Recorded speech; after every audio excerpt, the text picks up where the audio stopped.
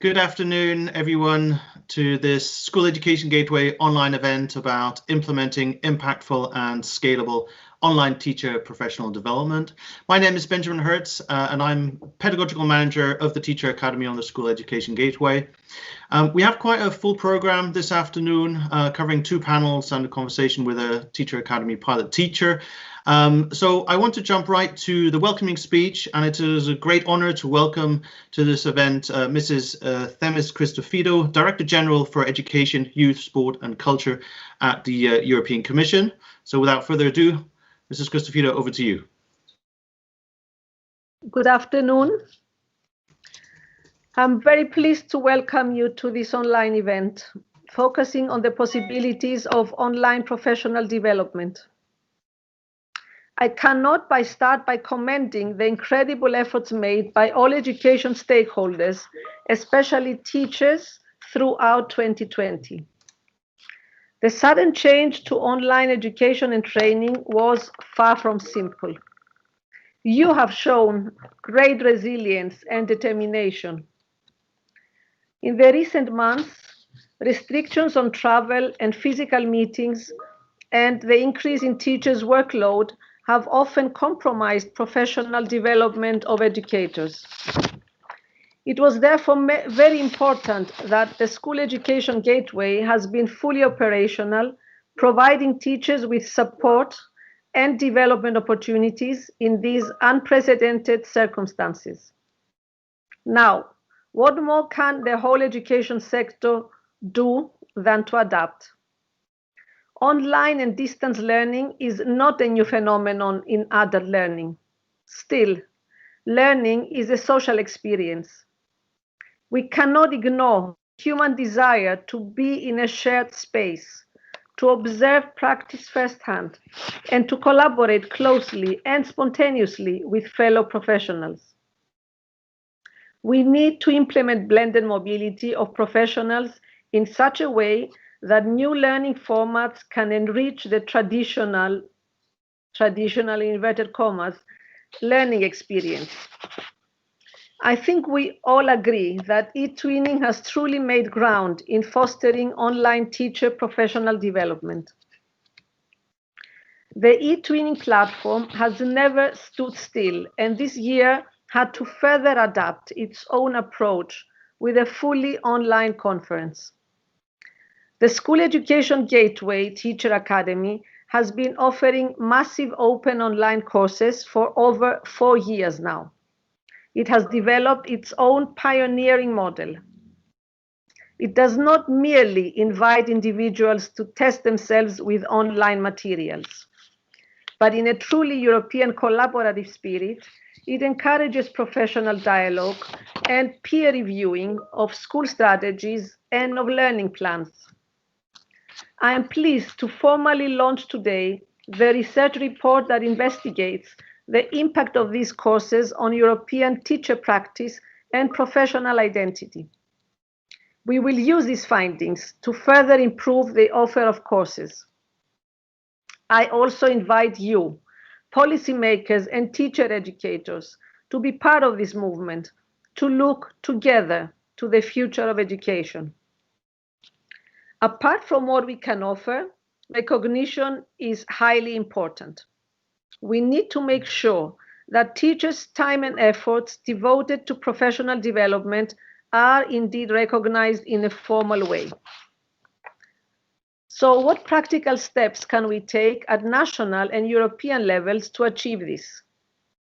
In the communication on achieving the European education area by 2025, we stated our full commitment to supporting teachers and school leaders' careers, to making them attractive and sustainable professions.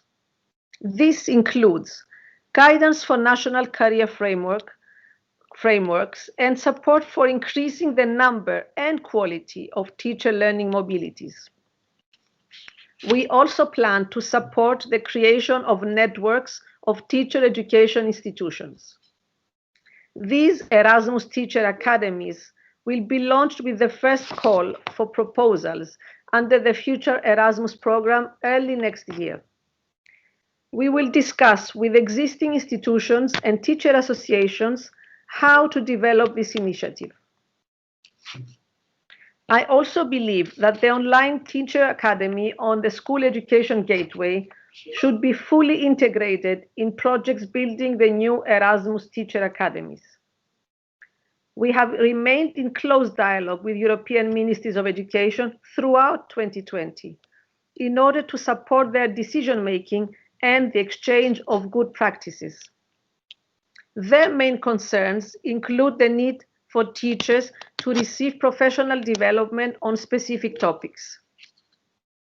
Here, we are not just talking about online courses, but other forms of online professional development, project team spaces, the ability to access articles and videos on the latest developments, and webinars. We know that hundreds of European teachers already make use of the learning opportunities available on the School Education Gateway each month. And we are extremely interested in hearing how these opportunities impact on their teacher practice. I am sure that we will hear fruitful discussions today, and I invite the audience to also share their questions and their views. We will continue our discussions online tomorrow at the European Education Summit, where I do hope you will be able to join us. For now, I thank you, and I wish you all the best for the rest of this challenging year and beyond. Thank you for your attention. Many thanks for those introductory words, Mrs. Cristofito. And I think you've really captured the essence of what we want to talk about today at this event. And that is really that design challenge related to online professional development. Now, of course, online professional development and online learning has been around for a long time, but because of the current situation with COVID-19, we've seen a substantial shift towards more online professional development being available to teachers. The question is, will that shift be sustained as we move into a post-COVID world, hopefully very soon? And also if that shift will entail a high quality of online professional development available to teachers. We know that currently there's a lot of continuation of face-to-face pedagogies in online professional development and online learning, and we know that that doesn't necessarily work very well. So we need to make sure that as we move into the post-COVID world with more online professional development in place, that we really utilize the opportunities and benefits that the online environment offers us. And this is what I really want to talk about today with our panelists in the two panel sessions and with the Teacher Academy Pilot Teacher. But before doing that, I want to say a few more words about the Online Teacher Academy of the School Education Gateway, which Mrs. Cristofito introduced already, and also the report that was launched today, which is available on the event website for you to access as of right now. So the Teacher Academy is an initiative of the European Commission launched back in 2016, where we offer MOOCs for teachers. We have since 2016 offered 31 MOOCs with over 50,000 enrollments, and the work of these courses has been developed with the support of a pedagogical advisory board. And this pedagogical advisory board is really behind the organization of this event today, and many of the members of this board will be part of the panel discussions in a moment. One of the reasons why we want to talk, why I want to introduce you quickly to this initiative is because we feel that the way that the format we have used in the online professional development that we offer on the Teacher Academy can be part of the answer to the overarching question we are addressing today, because we have implemented a pedagogical design of our courses that focuses on teacher collaboration, on teacher-peer exchange, and where we have some evidence to suggest that that is highly impactful and offers an opportunity for sustained change in teachers' practices. So let me say a few more words about that. I won't have time to go into detail, but I want to give you at least some specific examples. What you can see here on this slide are the 6 principles of our instructional design. The first principle that is really at the core of what we do is about facilitating peer exchange. The MOOCs that we organize are really built around the principle of getting teachers together and getting them to talk to each other. This is far from a setup where there is a central instructor, one expert who transmits information and content to an audience. The idea with the courses that we organize is primarily about getting teachers together to give each other feedback, share resources, share ideas, etc. And that means, in regards to the design of what we do, that content, while important, is in a way secondary, and its main purpose is not the transmission of information or knowledge, but the triggering of exchanges between peers. So you can see here on the slide a typical example where we have a short video interview with an expert, a teacher, or even some students, and then a Padlet where there's a reflection or an exchange exercise. Another really key step of the design that we implement in our courses is facilitating transfer to practice. While theory is of course important, it's not the primary focus of what we do on our courses. We try to focus on practical considerations, practical problems that teachers face in their everyday work in the classroom. And part of that means that we want to give into the hands of the teachers something that when they leave the course, they can use right away in their classroom. So part of the course process is the production of a course output, usually in the form of a lesson plan. And to encourage the use of that lesson plan, to encourage high quality production of lesson plans, as well as recognition, we also publish some of those after every course on the School Education Gateway. Now, does this work? Well, we have evidence to suggest it does. The research report that Mrs. Cristofito mentioned a moment ago, which was launched today, provides us with evidence gathered by an external research consultancy and covering data from participants of our courses who have finished a course quite recently, but also at least a year after completion. So it gives us a fairly good picture of the kind of impact that the courses achieve. Of course, this is feedback we get from the teachers themselves, so it's their own perceived impact, but nevertheless, it gives us a strong indication. And as you can see here in this graph, that 85% of teachers report that participation in a course results in at least some kind of change. And more importantly, 60% of the participants indicate that this is a long-term change. So they have made permanent changes to their practice. Now, bearing in mind that these courses don't require a substantial amount of investment and time of the teachers, I think these are quite notable results. And furthermore, if you look at how they make use of these resources and of the instructional design that we introduce in our courses, there is a clear indication from the evidence we have that this does seem to work, with almost 90% making use of the lesson plans or other form of course product that they produce in our courses, actually turning that into practice in their classroom, and equally 73% using the resources shared by other teachers. So validating the kind of approach which is about peer exchange that we use on the Teacher Academy.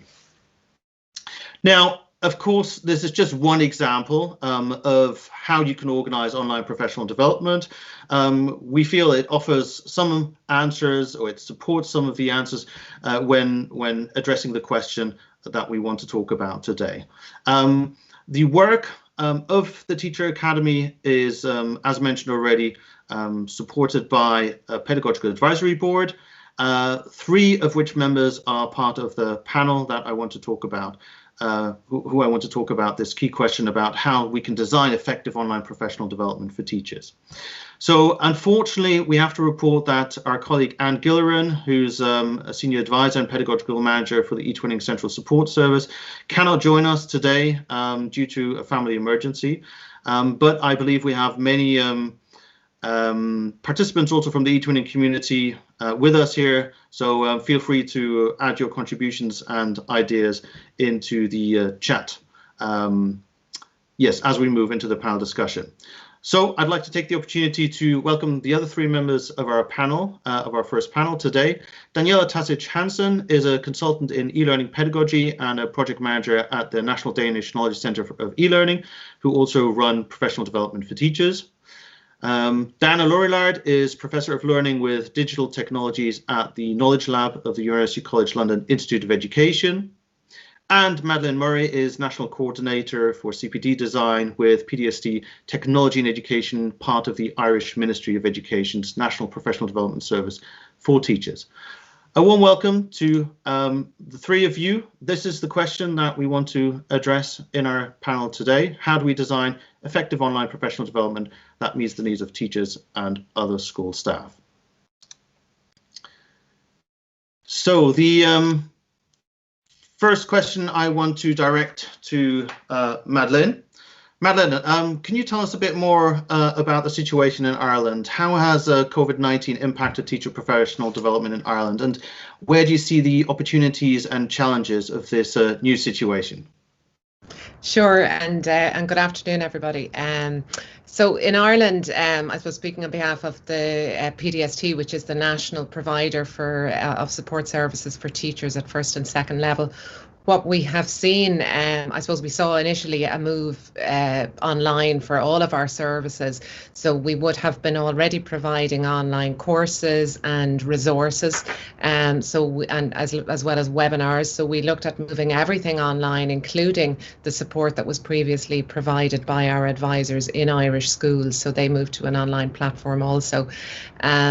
We designed a course specifically on teaching online, and then we ran several live webinars as well for teachers during that time. So there was quite a shift in terms of how we offered support to schools during the time of school closures, and since the take-up I suppose has been extremely high. We've reached a new audience in some cases for our digital technologies courses in particular, where teachers who may have previously not engaged so much with digital technologies, there was a need there that was met by the online courses in that area. We also focused on curating resources on our SkullNet portal for teachers, so curating high quality teaching and learning resources so that teachers would have ready access to these. Another factor which came up during that time was when teachers were teaching remotely, issues around internet safety, and these were handled by our WebWise initiative and guidance produced on social media platforms, and also on how to teach safely and effectively in an online environment. I suppose since that time, we have seen that there has been a change in the way we engage with teachers, but teachers sharing, looking outward a lot more, teachers sharing their practice with each other, and the online space providing them the opportunity to do that. So there's been a lot of sharing of practice, there's been a lot of sharing of resources. Twitter has become a very popular platform for teachers in Ireland.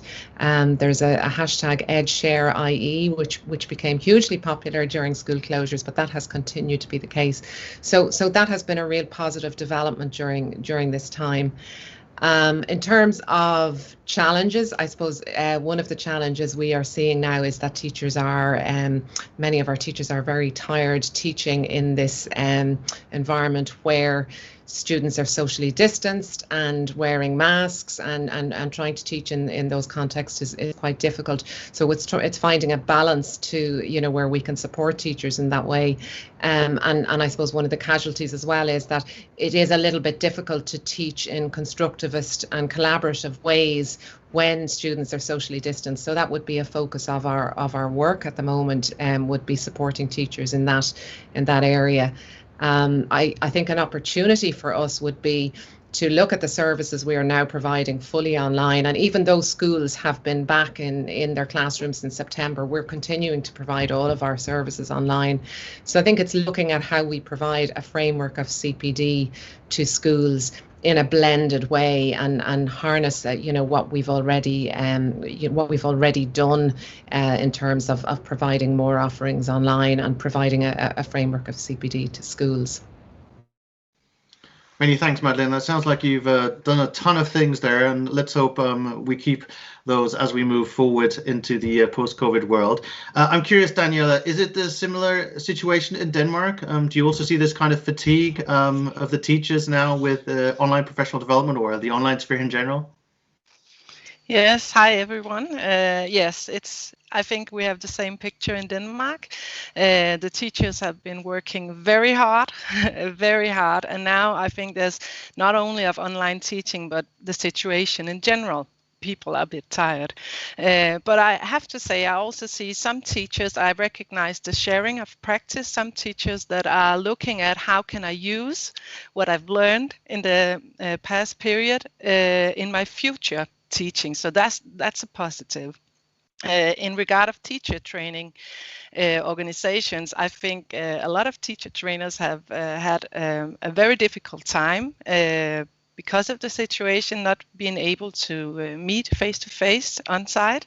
So they've had to make online courses or blended learning courses, and it's challenging and it's very time consuming. So a lot of pressure. I will say I see some potential too, because now we have a lot of experiences and we have the possibility to reflect upon what works virtually, what works really well when we meet, and use it when hopefully soon we have a vaccination in all countries and can have a more regular life in general. My organization, we work with training teachers in IT and pedagogy. What we noticed is that not everyone, but in general, the teachers we meet, and it's online courses now, they come with more basic skills. So we can head to talking about pedagogy a bit faster than before. And that's a positive. Also, that maybe perhaps not in general, but some of the teachers have more basic skills, digital skills. I think everyone have to do their best, even though we're tired, to take the good experiences too, and think about how could this potentially qualify teacher training, because I believe it can. If we use the possibility of reflection and always having access to school, when you're inspired at first day evening, that's where you enter your learning environment, gives a flexibility too for working, for people in jobs, and then think about where do I really want to use, for example, establishing relations in on-site training. So I think, and of course, we're doing it right now. We have the possibility to meet across borders. So we get cultural insight. We can connect with teachers from other countries. So I think it's important that we really, though we're tired, think about how do we use this the best possible way. Many thanks, Daniela. And as we address that question that Daniela was raising, what do we know from the academic literature? What do we know from research about effective teacher professional development and online, and how to move that online? Diana, you work in academia. Can you maybe quickly outline to us what the academic literature tells us in this regard? Well, I think there's a huge academic literature, of course, on TPD, teacher professional development, I'll use that term, which has been going on for years. And we know very well that it's good at giving advice and guidance to teachers and communicating findings from research and solution to problems and reflection on that and so on. And of course, we can take a lot of those lessons into online TPD, but there are some extremely different opportunities which are peculiar to being online, which are much more difficult to do in a face-to-face context. For example, it seems that teachers are able to become more active learners because it's asynchronous, so they become active discussants in the forums and active designers of the kinds of things that you were describing earlier, Ben, about the way in which they create learning designs or lesson plans or something like that, which are then stored and shared with other teachers so that they're helping to develop a kind of knowledge base about what we know about how to teach online, or even if it's something quite separate from teaching online, it's about problem solving or something like that. So the opportunity for these asynchronous forums means that we're developing learning communities. And what we've seen is how much teachers love to pitch into a discussion. They can have their say, they can take as long as they like to compose their comment because it's asynchronous. They're not worried about the language problems so much. And they can read and react to comments from others and even help solve each other's problems sometimes. Teachers seem to be a community which are really good at acting as a community. And then, of course, we have the peer review process.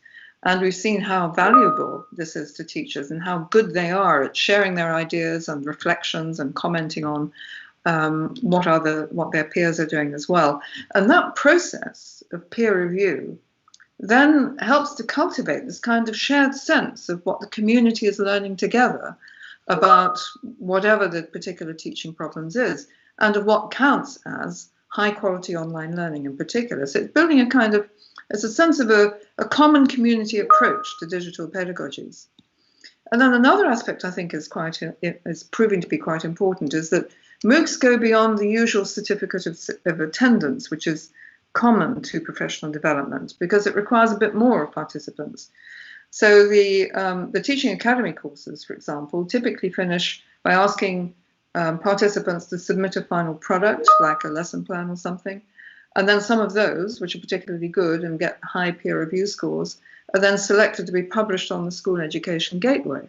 Now that's really important because it means that the whole process is now enabling teachers to act rather like the academic community, where you build on each other's ideas. It's no longer a sort of private individual activity, just you and yourself, with maybe a few of your colleagues in the school. But you're doing peer review of innovations, you're sharing them with the community, publishing them, making them available for further development by other people. So this is an incredibly important aspect of what we can do with online methods now. And of course, some of this is quite challenging because you don't reach everybody. And I think one of our greatest challenges with this has been to reach the teachers who are not online, who are even a bit suspicious of online.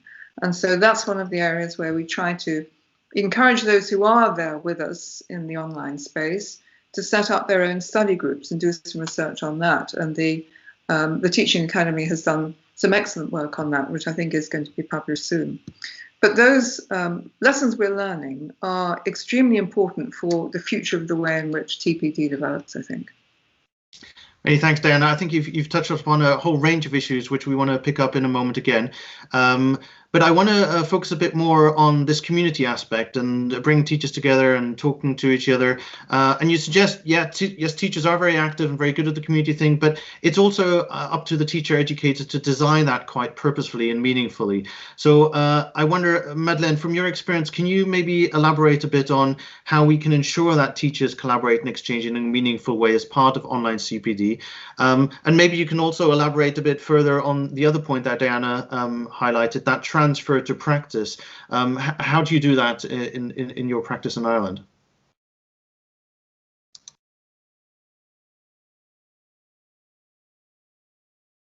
Madeleine, unfortunately, you are muted. Apologies. Great. Yeah, how we design the courses is extremely important to facilitate that collaboration, and I know the Teacher Academy does a very good job in that regard. It's very, very important to provide the opportunity for teachers to actually discuss openly and share practice, and for them to feel that they're in a very supportive environment, and that they're, to give them the opportunity to help each other out, but also to not to be embarrassed to pose difficult questions and pose questions about, how they use resources in their classrooms or how they can change their pedagogies and all of that. And I think the Teacher Academy does that very well. We in Ireland we try and provide those opportunities as well on our online courses, where we would invite teachers to reflect on their practice and discuss and exchange ideas.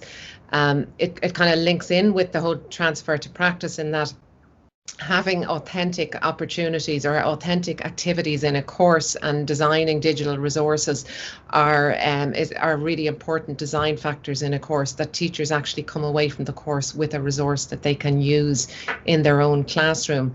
And what we see that it works well both in the, in online MOOCs such as the Teacher Academy and in our own online courses is where you give teachers time to actually try something in their classroom and then come back and say how they got on, what worked well, what challenges, if any, did they experience, and we're certainly seeing it in Ireland, where the exchanges of practice are really open and honest, and teachers are fantastic at helping each other out.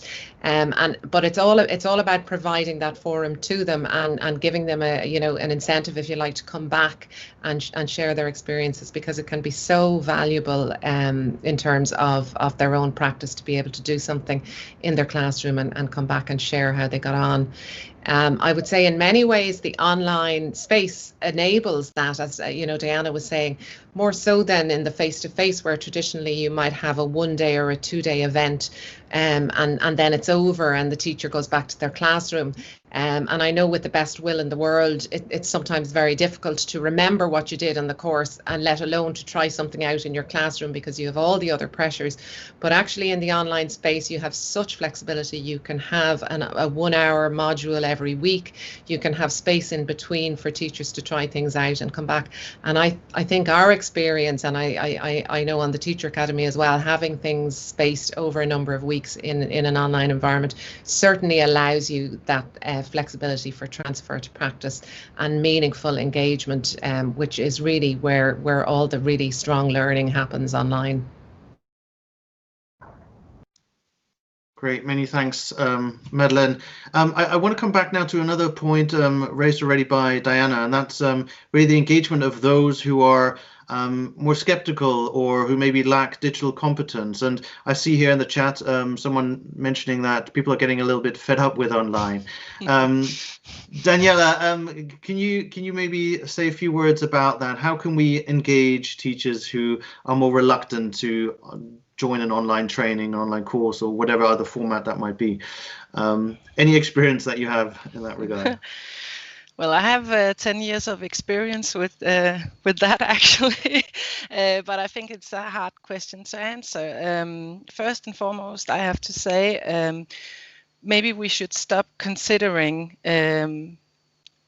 CPD as something for only one teacher. I think Madeleine and Diana said it very well. We have to encourage collaboration, encourage for teachers from the same institution to participate together.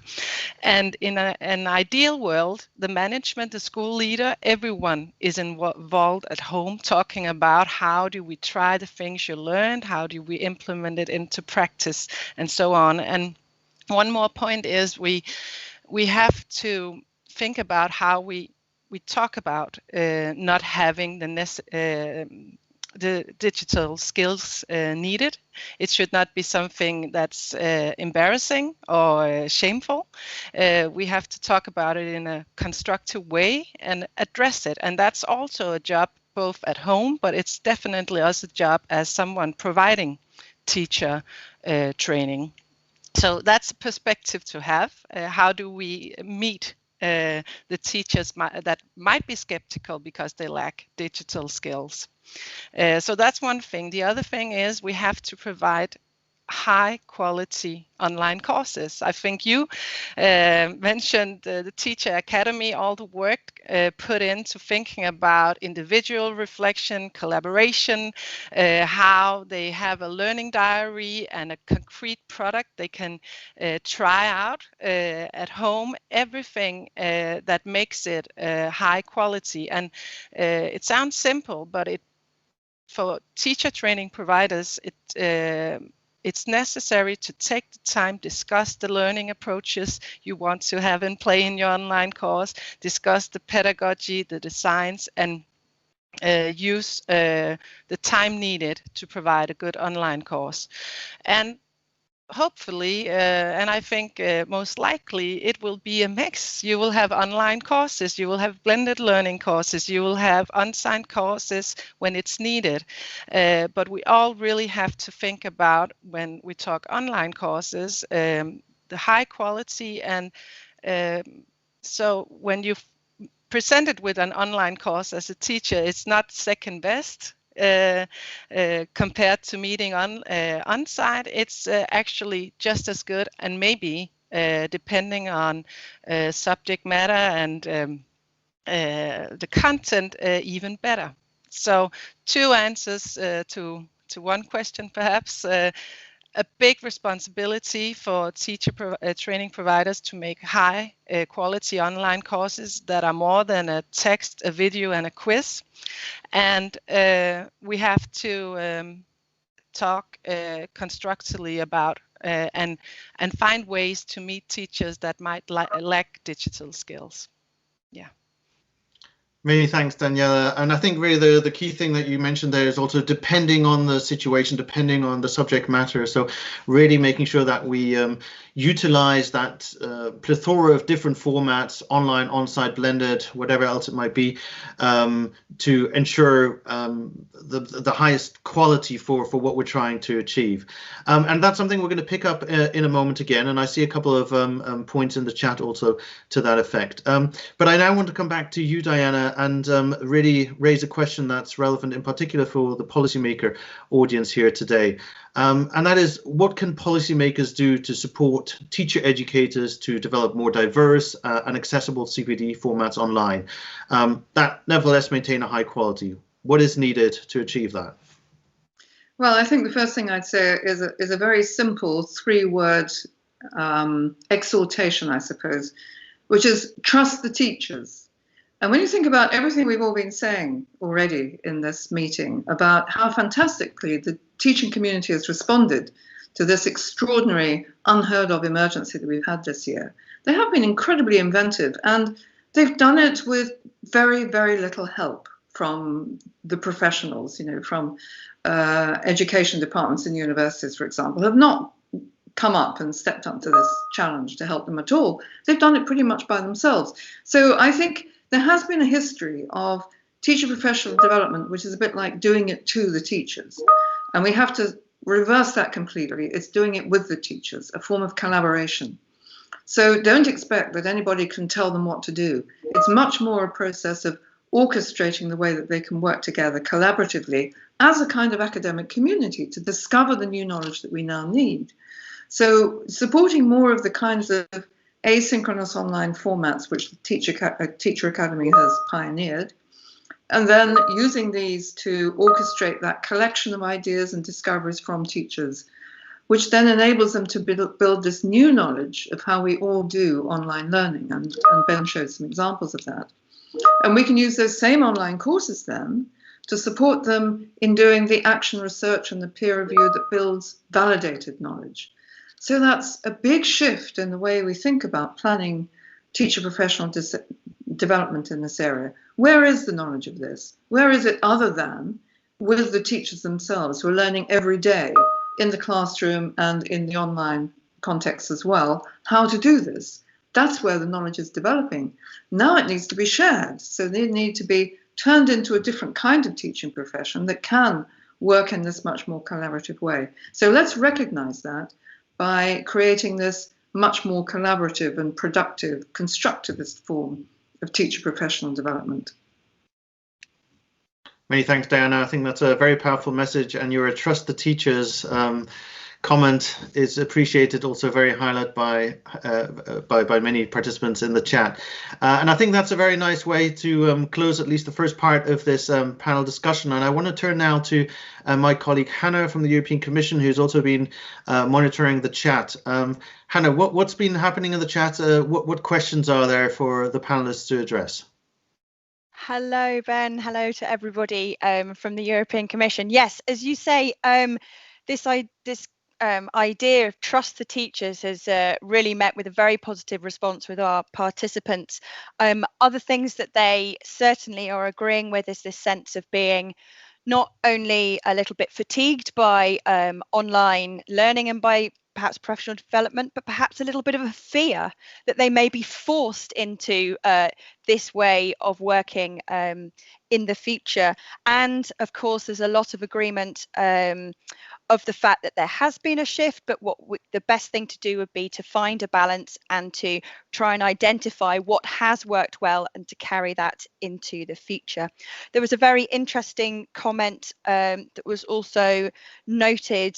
We've been talking a lot, I think, in the panel and in the chat, talking about the very personal experience, the human experience, about how people feel about collaborating, but how when it's public, when you are online and when you are sharing your pedagogy, that creates a different feeling. And one participant said that this could actually be seen as very positive rather than something to be afraid of, that you are building a sense of standards for your own profession. And I think that supports what the panel have also been talking about. So in terms of questions, a lot of people asking what this means for the future. I think you've already talked about how we can modify the design of online professional development to make it attractive, to ensure that it is of high quality and effective, that it provides teachers with practical examples and the confidence that they need as individuals. However, I think there's a question lasting in the chat at the moment, which is about how, apart from the design of online professional development, can we shift the attitudes towards it? What other things around it need to change in order that it's seen as something positive that we want to include into our professional identity and our professional work? I'm not sure if a particular panelist would like to respond to that first, and then I can maybe pick up a few more questions from the chat. Any volunteers? That's a difficult question for sure. Well, I can attest to that, having spent quite large chunks of my life trying to persuade policymakers to do things differently. I don't have the answer, actually, and that's what sent me back. I spent 3 years in Whitehall in London, working with the Department for Education on trying to develop what was then called an e-learning strategy. And it had 6 major recommendations, one of which was teacher professional development to help to support this. This was about 15 years ago. And as soon as I left the department, that was the one that was taken out.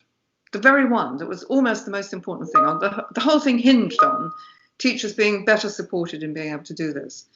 And that's what drove me back to Academe, basically. I mean, if you can't do it through policymakers, and they shift around so much, you get someone who's really enthusiastic and then they move on, or a minister gets reappointed to something else. I don't know if it works the same way in other countries, but it's far too politicized. So the only way we can do anything is from our own teacher training and teacher development education departments and institutions and agencies. And I think that's the best way forward. It's precisely what you're doing, Ben, in other words. Many thanks, Diana. Madeleine, yes, please. Yeah, I might come in on that just briefly. It is one of those very difficult challenges, and certainly with the online space. Just to mention one of the things that we are doing at the moment, and it will develop into the future, but where we provide advisor support to schools physically, which is being provided online at the moment, but where we are looking towards in the future is that the advisor support for our digital technologies team, for example, will be supplemented by our online courses. And so a blended model where perhaps somebody goes into a school, provides bespoke support, but also then points the teachers in the direction of an online course that that would be beneficial for them to engage in, perhaps before the advisor comes back on their next visit, and trying to get a model like that. So we've been doing that to a smaller extent over the last couple of years, but I think it's something that we will be doing more of once advisors are back physically in schools. So it will be kind of dividing the support up into face-to-face online, but actually blending them together so it's one seamless provision to a school rather than separate online and separate face-to-face events. Many thanks, Madeleine. Daniela, anything you want to add? Yes, you do. No, I could say I'm not sure it's not only for online courses, but I think a really important point is we're doing it in my organization now when we want to educate teachers. In my case, it's in IT and pedagogy. We activate several levels in an organization. As Diana said, it might be very hard to influence policymakers, but as a provider, you can at least suggest that it's not just a task for one teacher, it's a task for a team, and management has to have the overview of why we're doing it. In my practice, when we're talking IT, pedagogy, the use of online tools, digital tools, and so on, it's very important you know how it will qualify your own practice as a teacher, not just because you have to, because it has meaning doing it. And to have that meaning, you have to discuss it with your colleagues. You have to know if it's in line with what your institution wants. So I'm hoping we might look at it a bit more holistic also in the future, both in terms of it's the entire institutions, if possible, several institutions together, and also, as Madeline said, look at the way it's organized. When it's meaningful, it's blended learning, that's what we do. When it's meaningful, as Teacher Academy that wants to collect teachers from various countries, then online is of course a basic starting point. So maybe the reflection of really looking at it in a more holistic way. I'm not sure I answered the question, but I think it was an important point. I think, yes, you raised a very important point there. And we do have time for one more question, at least. Hannah, is there anything else that you would flag up? Well, it might be something that we take into the next discussion, but this is a very interesting point that's coming through. Sensing that the shifts and the needs in terms of online teacher professional development are mirroring in tandem, very similar to what the teachers are currently exploring or having to do with and on behalf of their own students. And there is perhaps a question there about bringing students into the reflection on teaching practice. It wasn't a direct question, but I think it was a reflection by one of our participants who was talking about the way in which bringing in the reflection, asking students, how did you feel during that lesson and how can I improve as a teacher, is perhaps also itself a big shift for teachers. Do any of the panelists know of or have a vision for how perhaps students and teachers may be brought closer together through online teacher professional development? Again, it's another tricky question, but I see Dana might already be able to respond. Thank you. Is that okay, Ben? I'm looking to you as yes, of course. Please, Diana, go ahead. Well, I think that's a very nice question. It is one that I wrestled with while I was teaching. I'm not teaching anymore, but I used to do a lot with master's students. And of course, with master's students, you want to bring them into kind of negotiating the way in which the sessions went, the ones that I used to have with them. And one of the things that we developed around that time was the Learning Designer tool, which is an online learning design tool. It's free and open to everyone. It's called the Learning Designer. And I used to plan my sessions with the students that way.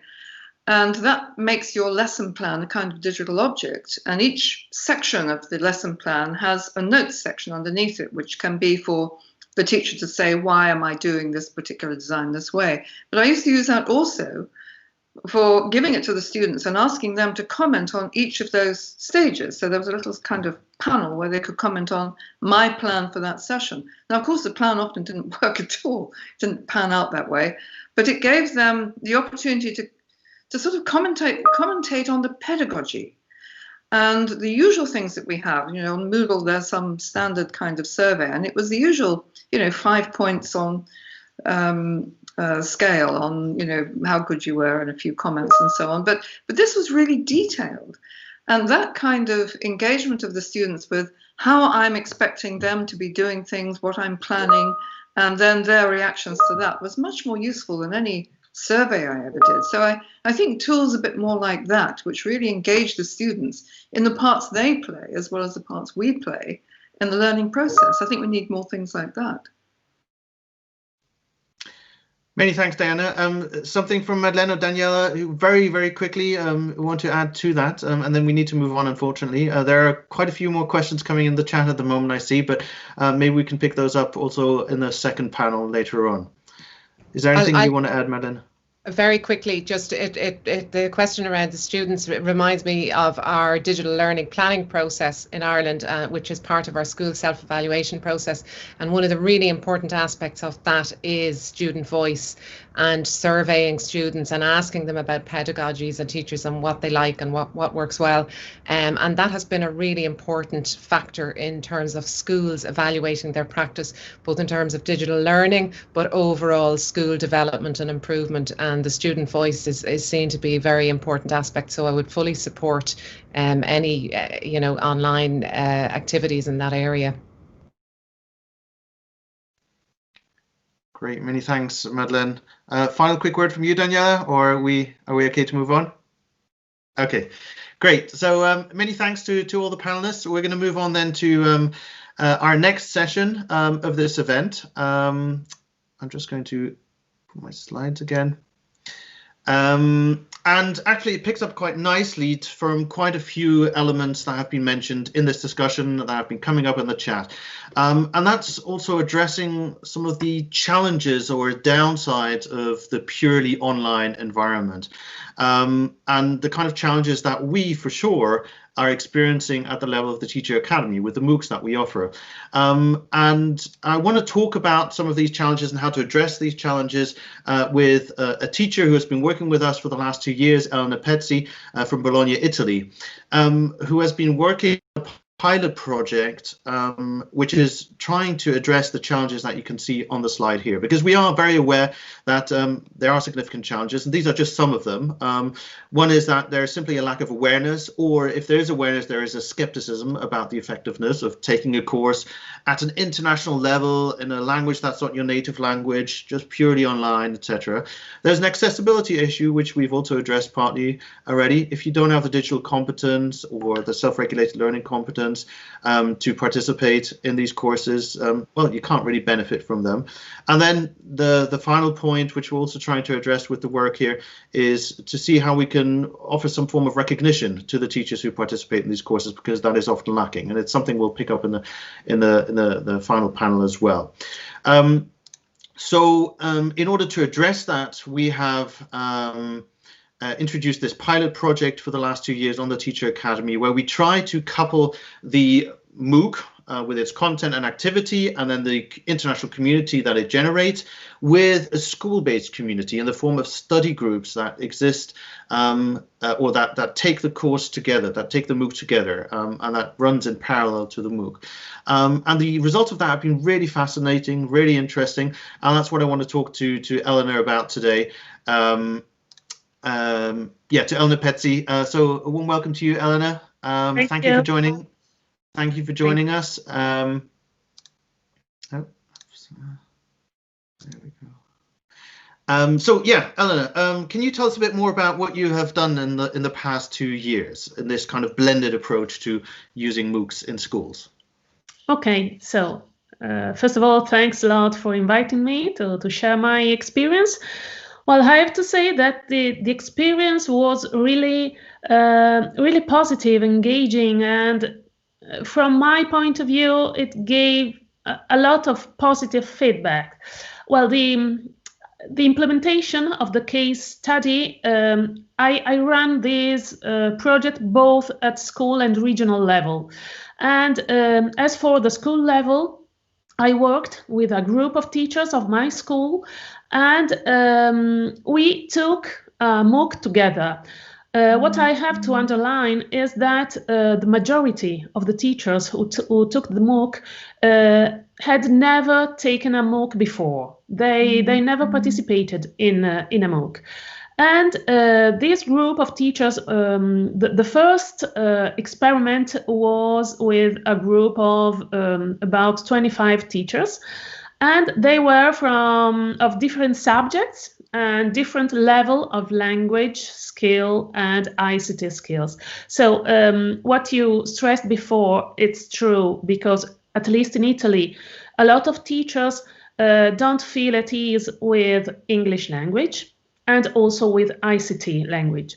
At least in my school, because we are a school with quite old teachers, so our knowledge of foreign language and ICT is not very, very high.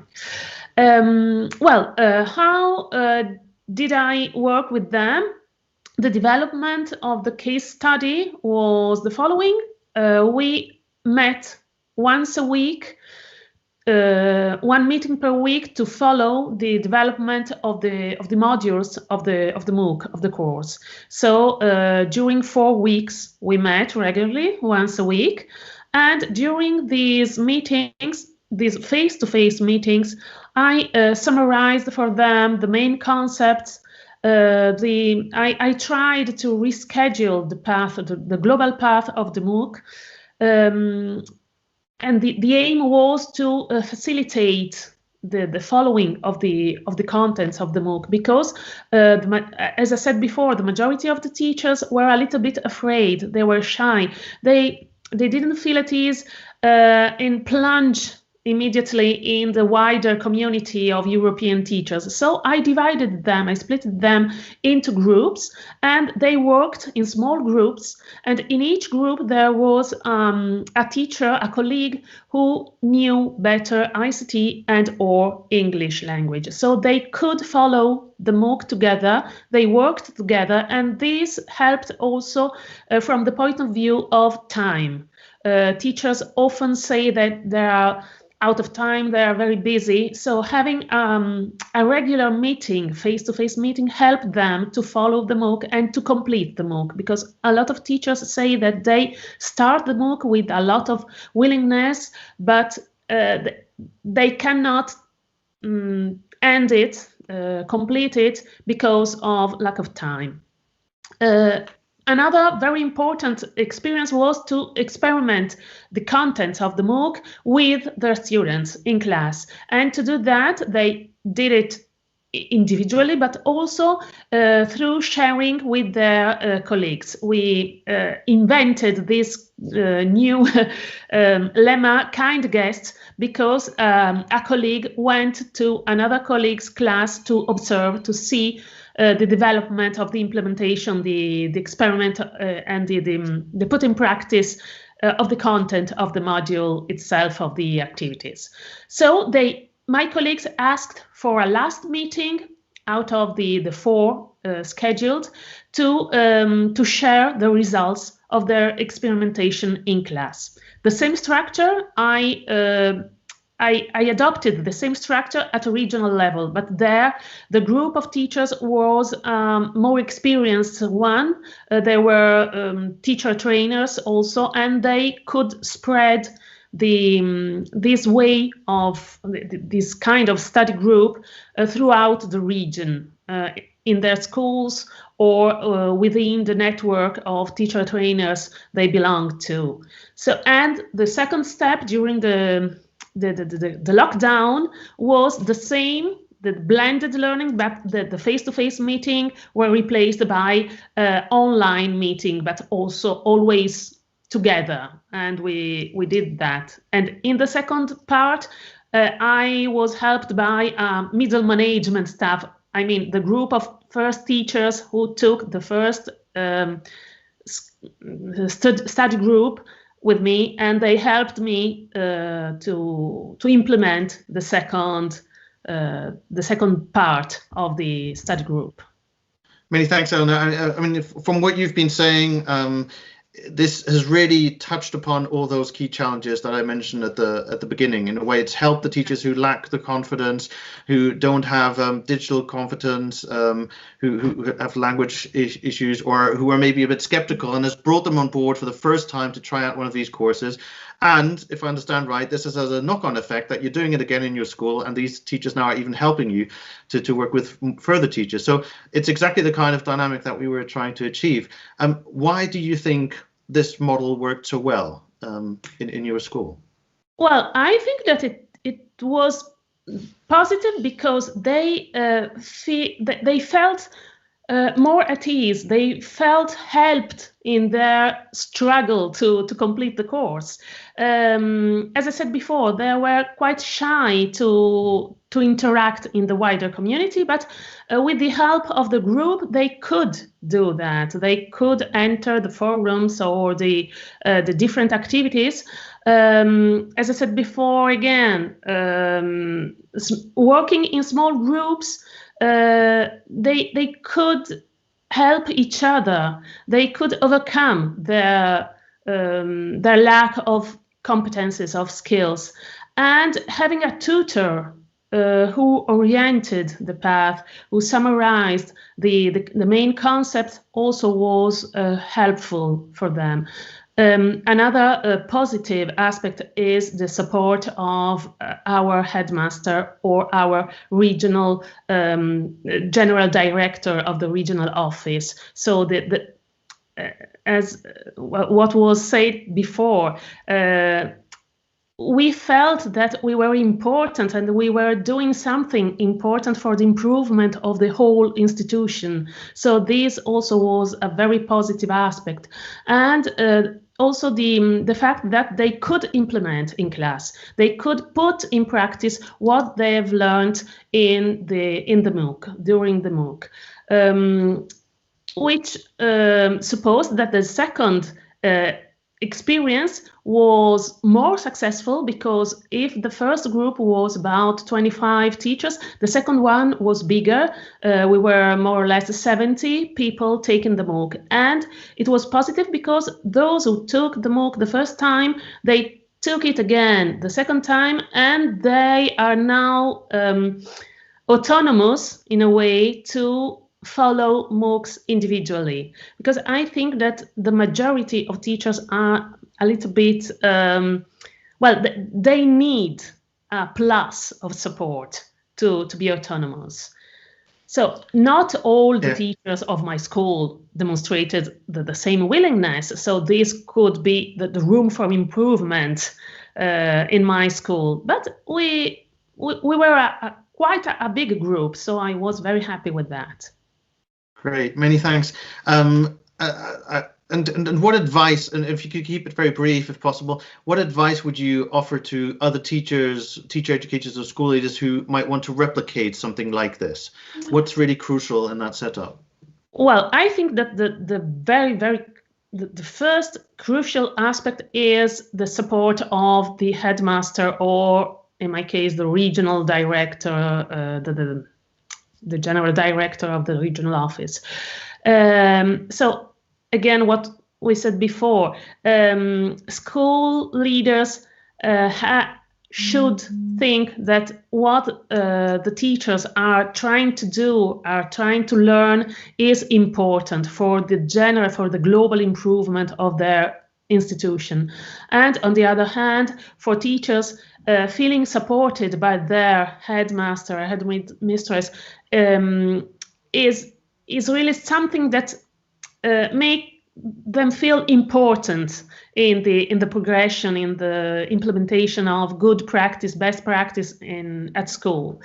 And another advice, if I can give it, is to try to create networks of schools in order to maximize benefits and minimize efforts. This is something I tried to do at a regional level. We created a sort of networks of schools and trainers at regional level, and then we could spread the word and spread the practice, the study group, all over the region. So this is, and also to create what I called before a middle management, a group of teachers who have already taken some courses and can help the trainer to implement and to support other teachers to learn and to train. At the same way, they are training themselves again. So it's I think that these, at least in my experience, these were the main aspects that worked well in a positive way.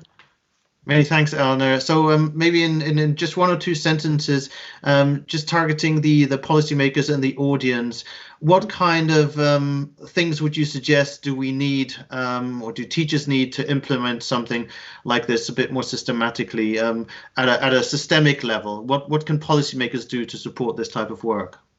Well, I speak as an Italian teacher, so I refer to my professional experience. And you know, in Italy, professional development is something compulsory, but it's not officially recognized. It is officially recognized, but it doesn't count in your professional career. So I think that first of all, this could be if a teacher committed himself or herself in such a training, it should be officially recognized, and there should be a sort of progression in his or her career. But I can't do anything about this, but I think that if some links between Teacher Academy, for instance, and school leadership or regional, national level of administration could be created, I think that accreditation, but also the creation of best practice groups can be created. These groups who can share their experience and serve as sort of a model to other institutions, other organizations, and so on. And also, of course, thinking about a system of recognized and official accreditation. What we tried to do at our regional level was to, when combining these two ways of training, following the MOOC and following face-to-face meetings. So our regional office provided an official certificate for for this kind of training. So if it could exist this possibility to link the two aspects, accreditation from Teacher Academy and official institutional accreditation from, regional office in my case, but if it could be at a national level, it would be even better. So these are my ideas. Many thanks, Eleanor, and it allows us to really nicely move to the next panel, in fact, where we come back to this issue of recognition, formal recognition, with one of our panelists for sure, who's quite an expert on that. So many thanks for sharing your experiences on that, Eleanor. And just to say that there will be a webinar on this coming Monday next week, 14th of December, where Eleanor will be again, and also the other pilot teachers who are part of that. So if you are interested in this, do join us on that. More information on the School Education Gateway on that. So now coming to the final panel for today. Just 1 second while I share my slides. I want to welcome Noisa Pedro, Patricia Wastio, and Ana Maria Hernandez to the second panel, where we move on to talk about more specifically the question of scalability. We've talked a lot about how we can develop effective, impactful professional development through online, but also through blended, as just in the example with Eleanor. But now let's talk a bit more about scalability, because that's also really crucial and picks up one of the main opportunities that the online sphere offers us. It's one of the key aspects of MOOCs, of course, but scalability comes into other forms of professional development as well. So our panelists today for this panel are Ana Maria Hernandez Martinez, who works at the Spanish National Institute of Education Technologies and Teacher Training, which is part of the Ministry of Education and Vocational Education in Spain, where she has specialized in online collaboration and use of technology for teaching and learning. Patricia Wastjo, who's Principal Advisor for Research and Innovation within European SchoolNet network of ministries of education across Europe, where she's also head of its knowledge team. And finally, Noisa Pedro, who's Professor in Education and Teacher Training at the Institute of Education, University of Lisbon. And Noisa is also involved in some of the work linked to accreditation of MOOCs, or accreditation of professional development of teachers. So looking forward to hear from all three of you. The first question, the overarching question is, how do we scale up impactful teacher professional development? And the first question I want to raise to you, Anna, and hear about your experiences in Spain, because you've developed quite a few innovative formats of professional development. What type of formats can we use to scale up teacher professional development, and what are the opportunities and challenges of that? Yes, thank you, Ben.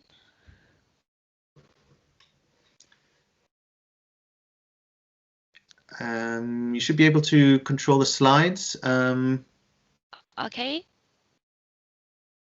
Yes. You have the okay. time.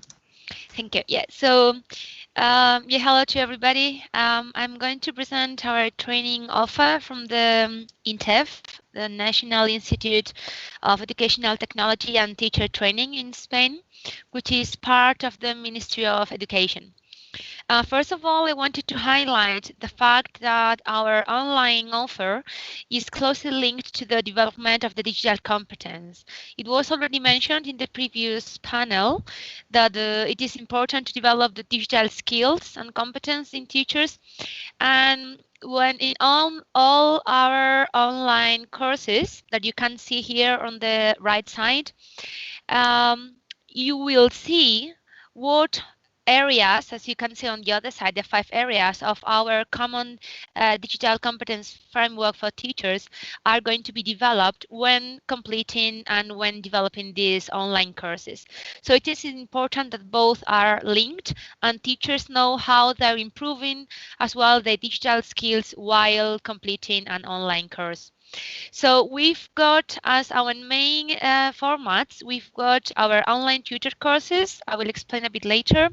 MOOC that have been mentioned already as well. MOOC that you maybe know, they're a bit the same way as MOOC, same structure, but they are shorter in time, 3 hours approximately. Spook, which you can do at your own pace, and EduPills, which are even shorter. It's only some minutes, maybe 15-30 minutes, and you can complete these courses in your own mobile phone. You just need to download the app and that's it. Okay, we will go through them on the following slides. I just wanted to show you here some numbers related mainly to the number of enrolled participants. As you can see here, the total is more than 8,000 participants, and I want you to take a look at the difference between the number of participants in our online tutored courses, which is 10,000 approximately, but the number is much higher in the NOOC, MOOC, and EduPills learning experiences. I wanted to highlight this fact because this is mainly due to the fact that our online tutor courses, they're controlled and they're limited, since you need to have a tutor we've got one tutor for every 30 participants approximately. So it would need a very, very high investment if we want to reach 80,000 participants with these courses. So that's why our online open courses such as MOOC, NOOC, and EduPills reach a greater number of participants since they are open. I also wanted to highlight another difference in number. Whereas our open courses reach a higher number of participants, the completion rate is lower, as you can see here. For MOOC and NOOC is 5 and 18%, whereas in online tutor courses it is more than 60%. Again, this difference is because with the online tutor courses, you've got a tutor which is going to be your guide, is going to assess and evaluate your task, whereas in the NOOC and MOOC, we've got peer assessment as the main form of evaluation. So this leads some participants to start a course, but maybe they don't finish it or they don't complete the task, because also, and this will lead me to the next challenge, let's say, is because when completing your MOOC or NOOC, you don't have an official accreditation. This was also mentioned by Elena right now in her experience. So it is right that, it is true that regarding target and accreditation, it is quite different. For the tutored courses, you need to be an active working teacher in a state school or in education administration, and it is you can access by a public call, and you complete 70 hours of training, which will give you 7 credits. So you've got official accreditation. This also contributes to the engagement of the participant, whereas on the other formats and scalable format, MOOC, NOOC, you receive a digital badge. But this is not an official recognition. It is just a badge that you can have in your, we say the badge backpack, and you can manage and store and share the digital badges there. These are the main differences that will allow scalable format courses. But as we have been seeing, of course, there are some challenges. On one side, we can say this is successful because we reach a very high number of participants, as you have seen before. We are promoting social learning and interaction and collaboration for the final digital product, and we also create communities and networks contributing to the lifelong learning. Also, as we mentioned, we contribute to the improvement of digital competence and other professional competencies. And the good thing about that as well is that these MOOC, NOOC, and EduPills give you more flexibility, and you can manage your own learning time. Also, they follow a connectivist approach with a social character in which social spaces, virtual communities, and dynamization play a vital role. These are the good points, let's say, of these scalable formats. But we also have challenges. Of course, we want to reach a higher number. We want more schools to improve their digital competence, more teachers, and more students. We would like to extend our training plan relating it to the digital competence framework, and it is flexible. Our plan depends on the main trends every year and according to the situation. For example, this year with this COVID situation, we promoted a lot of how to plan an online lesson, for example.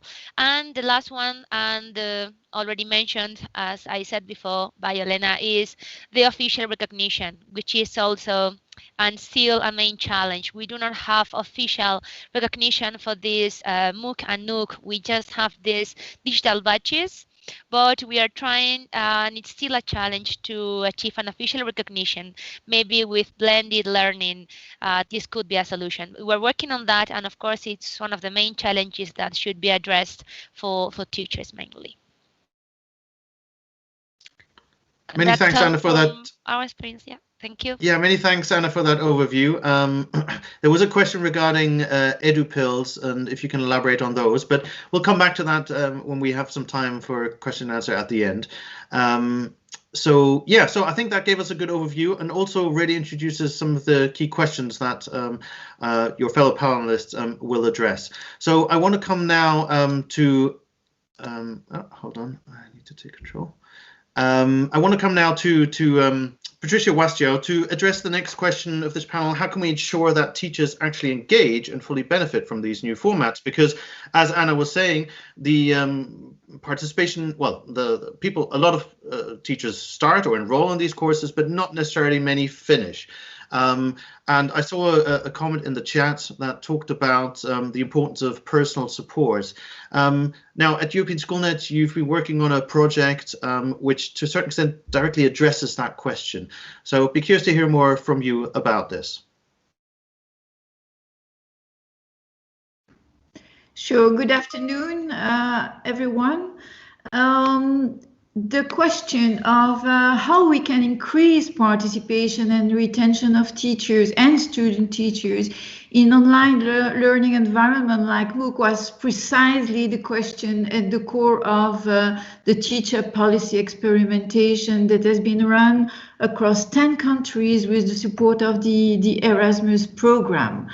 So to address that question, teacher tested in field trial a personalized support mechanism with randomly selected teachers and student teachers. This group was less numerous than the teachers in 4 courses. Courses addressing competence areas that are key for teachers nowadays, like formative assessment, personalized learning, collaborative learning, and creative thinking.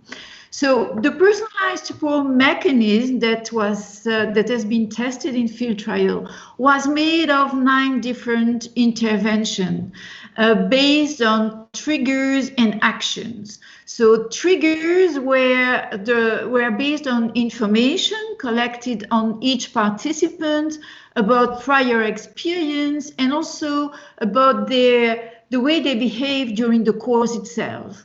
The actions were implemented by support agents, so human beings acting online, and those support agents who processed the information about participants' experience and behavior acted online by sending individualized online messages to those identified in need. And this is a very important aspect I'd like to highlight here, the fact that TeachUp aimed to focus the support to those in need, so not to everyone in the courses, but those according to several specific circumstances and characteristics where supposed to be potential dropout participants. So all these predictors of dropout were identified through research finding, and this was precisely the option chosen by TeachUp. And by the way, targeting those in needs has revealed to be a very important challenge in itself that we did experience during TeachUp, as we noticed during the first courses that we were not precise enough in that targeting, and we have faced the need to improve alongside the road to increase the preciseness of our targeting. And we indeed observed that results were much better like that. So if we move to the next slide, here we can see that this quite simple support mechanism that we have implemented in the field trial resulted in an increase by 10 percentage point of completion for those who benefited from it. Now, at this point, you might ask yourself, is it so simple that sending online messages increase retention and completion in a course? Not exactly, of course, but what is important here, and let me give them a few examples of messages sent by the support agents to those in need. These messages could just simply be about reminding them that they didn't start the course, what is quite basic, but it might also turn into the offer of a one-to-one video session to discuss, for example, how they manage their learning strategy online, to discuss how to address the content, to explain to them how to use the interface and tools available in the course, and so on and so forth, just to name a few of the 9 interventions possible, all addressing issues that we have identified in preliminary research. So if we now go to the next slide, we try to understand, of course, what were the dynamic explaining the impact that we have observed, this increase of 10% percentage point. And we identified 4 main dynamics.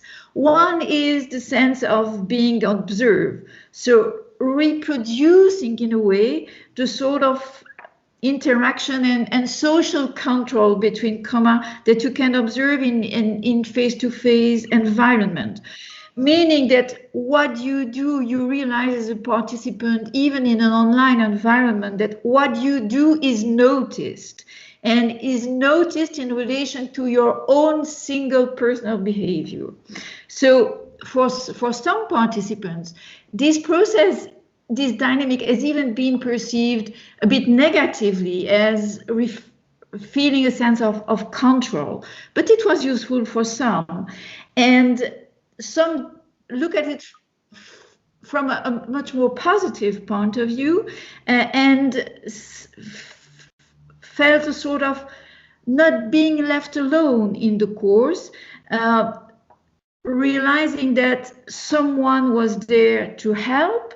And also this presence was reducing this possible sense of social isolation you can feel in an online environment.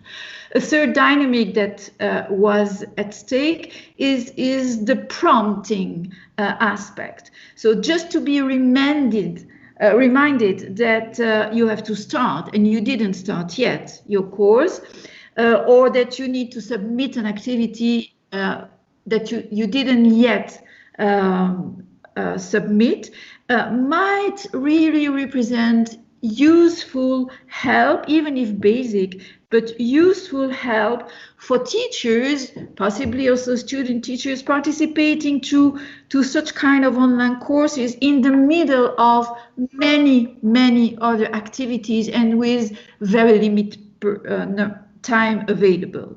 And the last dynamic that was at stake was this guidance aspect, helping participants to be able to proceed. So sometimes you do not proceed with something, you do not submit something just because you didn't know, and just being given the opportunity to ask the question, to get an immediate answer, even through an exchange of email, help you to solve the problem and to indeed complete what you are expected to complete.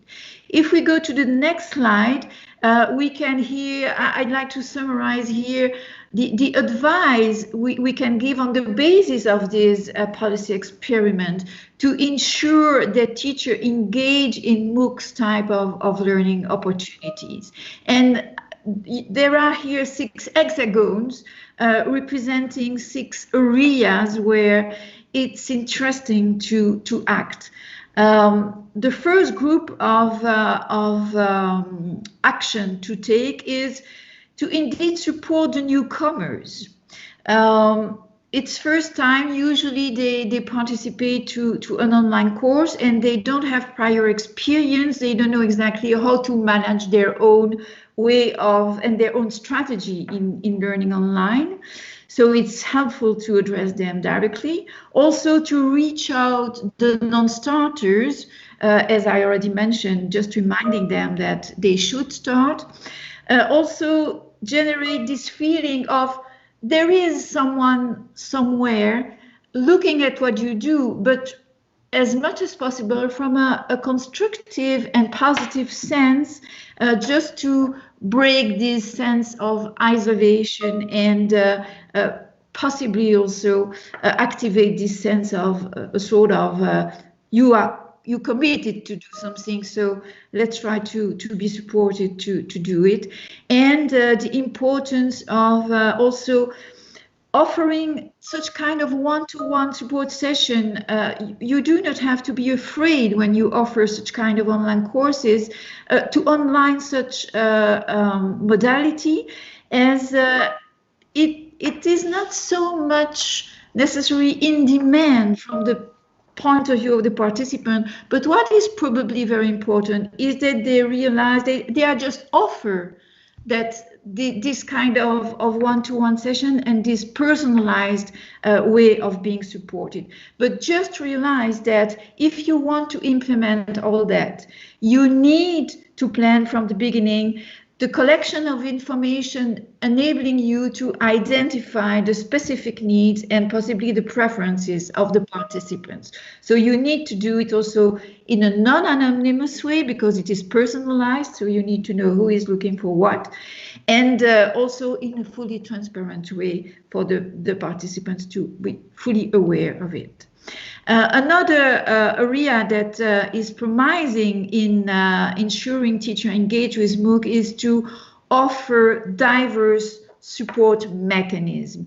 And this is very important because we should really learn to teachers as learners that have different beliefs on how you learn and different expectations and different needs. So in the policy experimentation, the content differ depending the offer to the participants, but the process to do it was exactly the same all the time. So through these exchanges of messages and possibly one-to-one session. And the last option that we suggest from TeachUp is also, we didn't do that in TeachUp, but to consider machine-based support system as a way to use the potential of technology to facilitate the answer to the diversity of human needs as learners.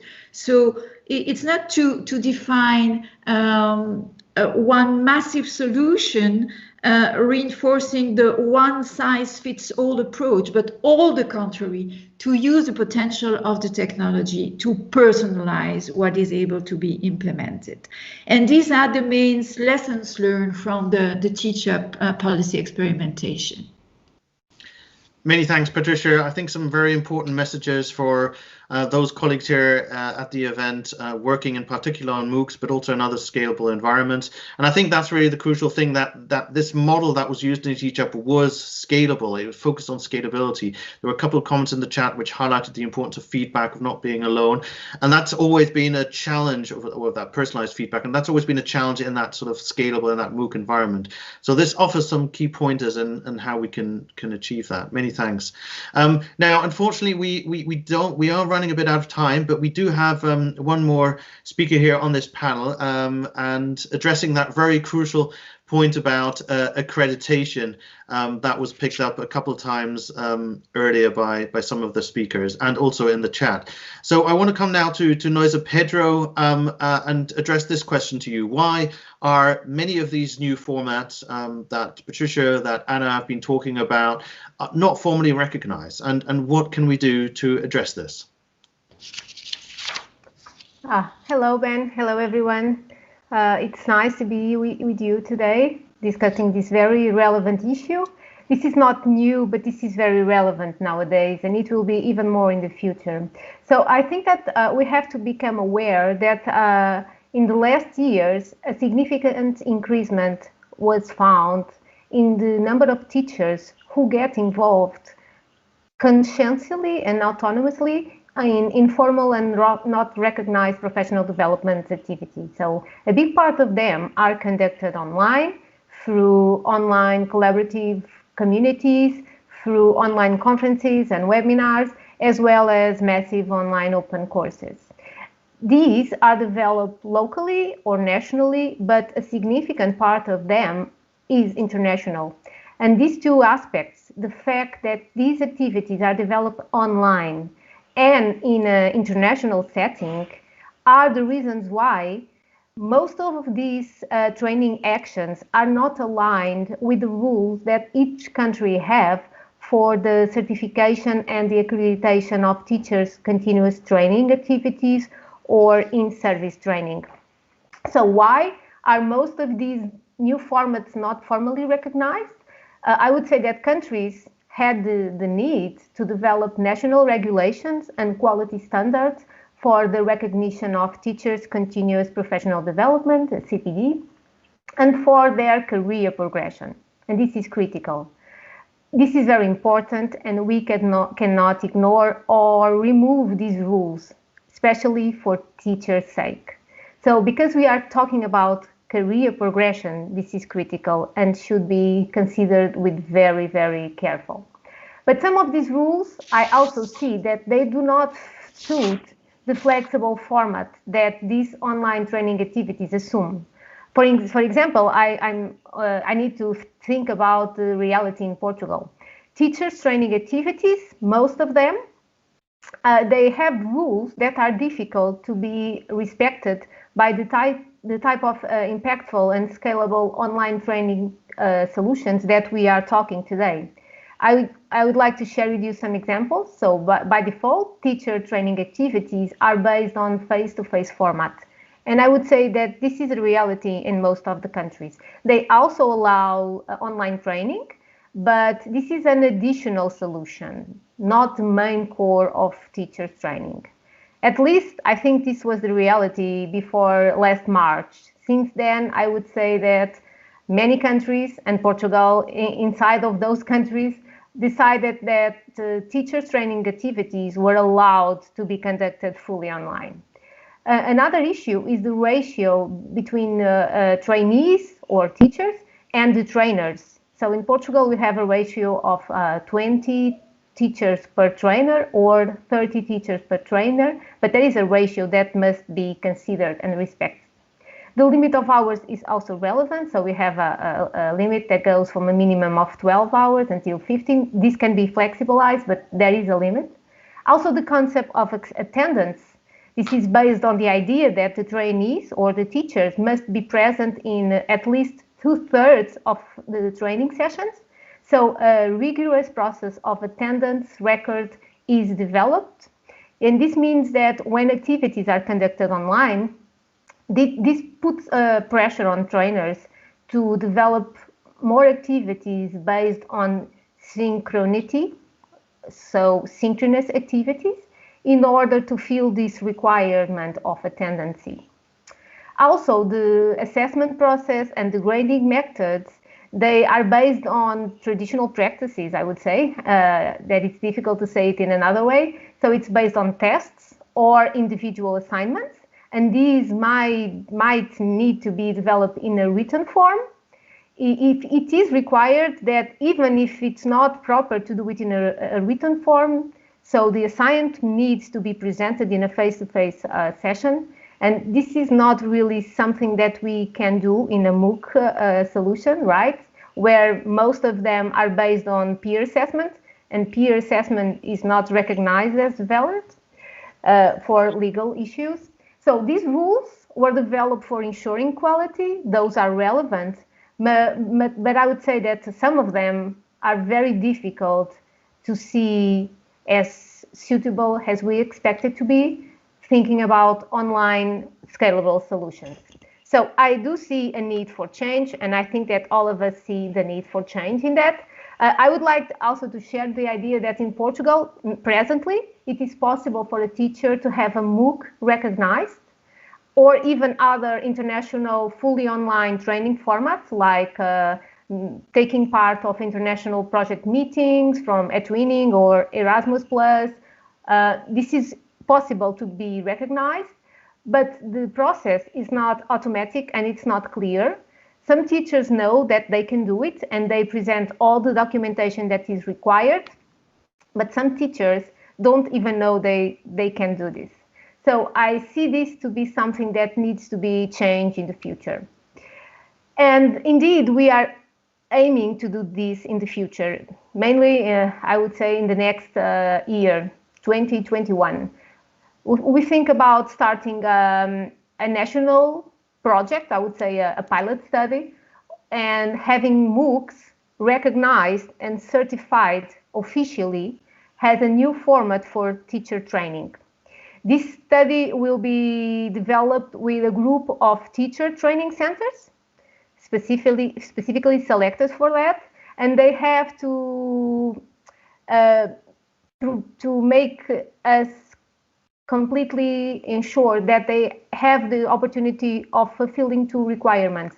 The first is to have an online platform that is suitable for MOOCs, and the other one is to have a well-prepared training team, and this means scientific, pedagogically, and also technologically competent group of trainers for ensuring this type of format for teacher training.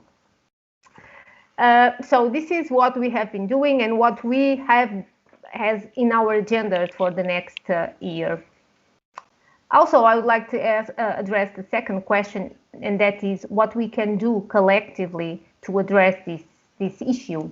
I will start by saying that countries need to accept the idea that 2020 required, but also allows us the opportunity to adopt new approaches for addressing the problem that we have now, that is providing in time and easy to use continuous professional development opportunities for teachers, mainly by taking advantage of digital technologies and online environments. Also, I think that policymakers must ensure that schools, as well as teachers, have access to updated technology and proper connectivity services. So we are thinking about scalable solutions, and these require scalable and reliable technology. And this is still an issue in European schools. COVID-19 proved us that.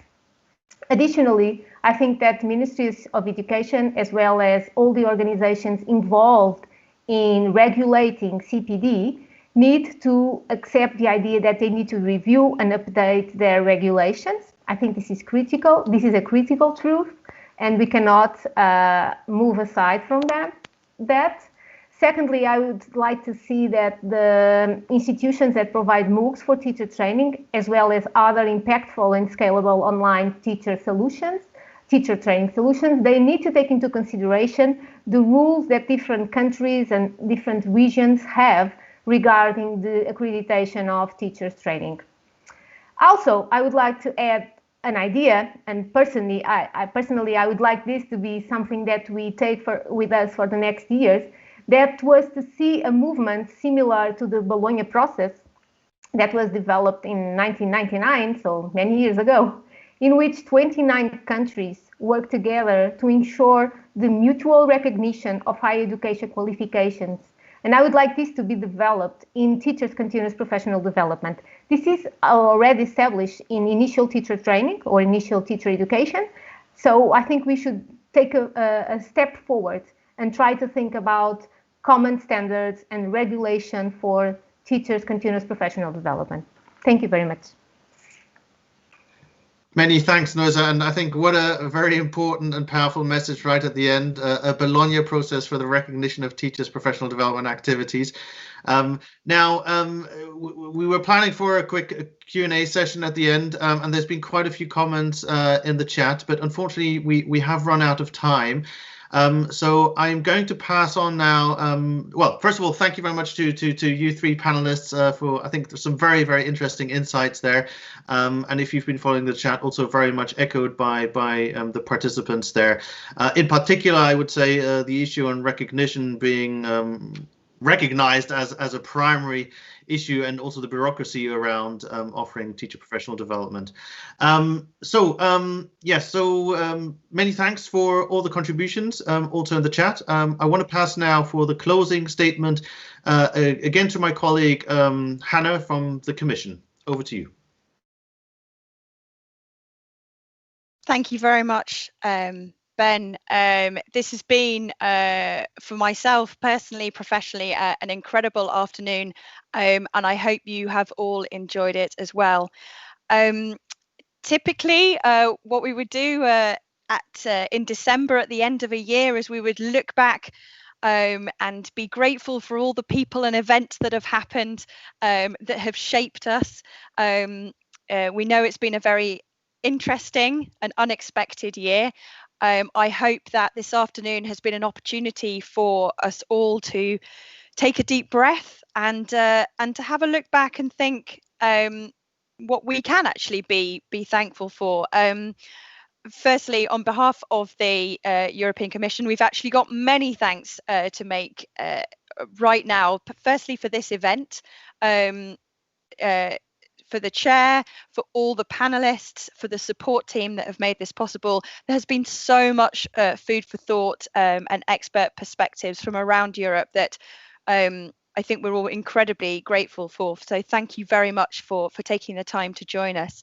And of course, to all of you within this meeting space, but also watching on YouTube as well, the participation of all from ministry representatives, other policymakers, teacher educators, stakeholder organisation representatives, teachers, school leaders, whoever you are, thank you so much. I think one of the key messages we can all take away from this session has been about really recognizing the importance of being active in collaboration and how important that is to professional development.